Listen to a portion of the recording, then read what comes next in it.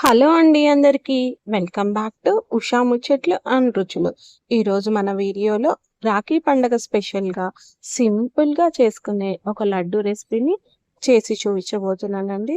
మనం చాలా సింపుల్‌గా చేసుకోవచ్చు. స్టవ్వే ఆన్ చేయకుండా కేవలం 5 నిమిషాల్లో ఈ రుచికరమైన లడ్డూను ప్రిపేర్ చేసేయొచ్చండి.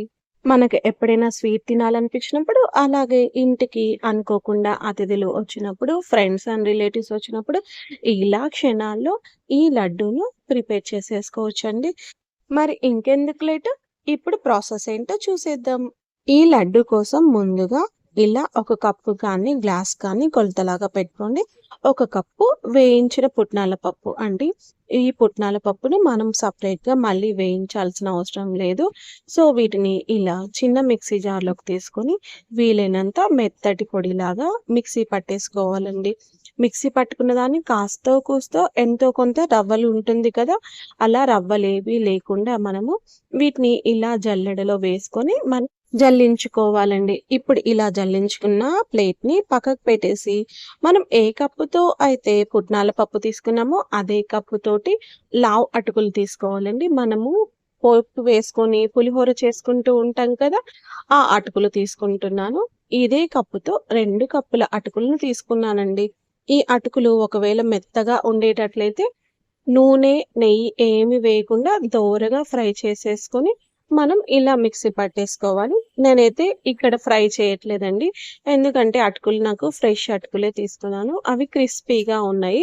అందుకే నేను ఏం ఫ్రై చేయకుండా డైరెక్ట్‌గా మిక్సీ పట్టేసి, జల్లెడ ఆ మిశ్రమాన్ని వేసేసి మెత్తటి పొడిలాగా చేసేసుకుంటున్నానండి.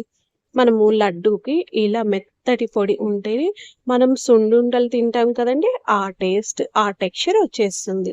ఈ కప్పుతోటి నేను ఒక్క కప్పు చక్కెర తీసుకుంటున్నానండి. మీరు ఇంకా హెల్తీగా తీసుకోవాలంటే బెల్లం తీసుకునే పాటైతే 1:30 కప్పు తీసుకోండి తురిమిన బెల్లాన్ని. లడ్డు రుచికరమైన సువాసనతో రావటానికి నేను 2 ఇలాచీని తొక్క తీసేసి ఓన్లీ గింజల కాడికి మిక్సీలో వేసేసి ఈ చక్కెరని కూడా మెత్తగా మిక్సీ పట్టేస్తున్నానండి. ఇలా మెత్తటి చక్కెర పౌడర్‌ని కూడా మనం ముందుగా జల్లించి పెట్టుకున్న పుట్నాల పప్పు, అటుకుల పౌడర్ ఉంది కదా! ఆ పౌడర్‌లో వేసేస్తున్నానండి.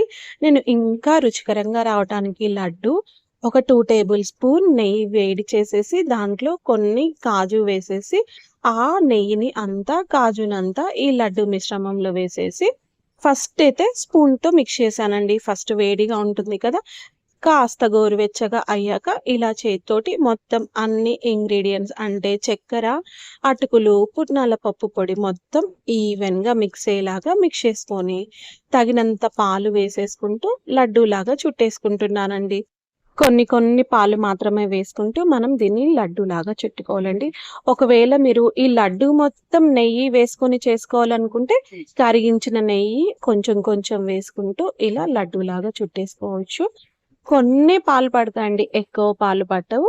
సో, మనం చూసుకుంటూ లడ్డు కన్సిస్టెన్సీ వచ్చినాక, మనకు కావాల్సిన సైజులో లడ్డూని చుట్టుకోవాలండి. అంతే అండి.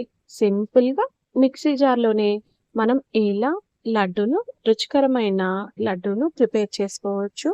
అనుకోకుండా ఇంటికి ఎవరైనా ఫ్రెండ్స్ అండ్ రిలేటివ్స్ వచ్చినప్పుడు, అలాగే స్వీట్ తినాలి అనిపించినప్పుడు క్షణాల్లో ఈ లడ్డూని ప్రిపేర్ చేసేసుకోవచ్చండి. తప్పకుండా ఒక్కసారి ఈ లడ్డూని ట్రై చేశాక మీ వాల్యుబుల్ ఫీడ్‌బ్యాక్‌ని నాతో కామెంట్ చేయండి.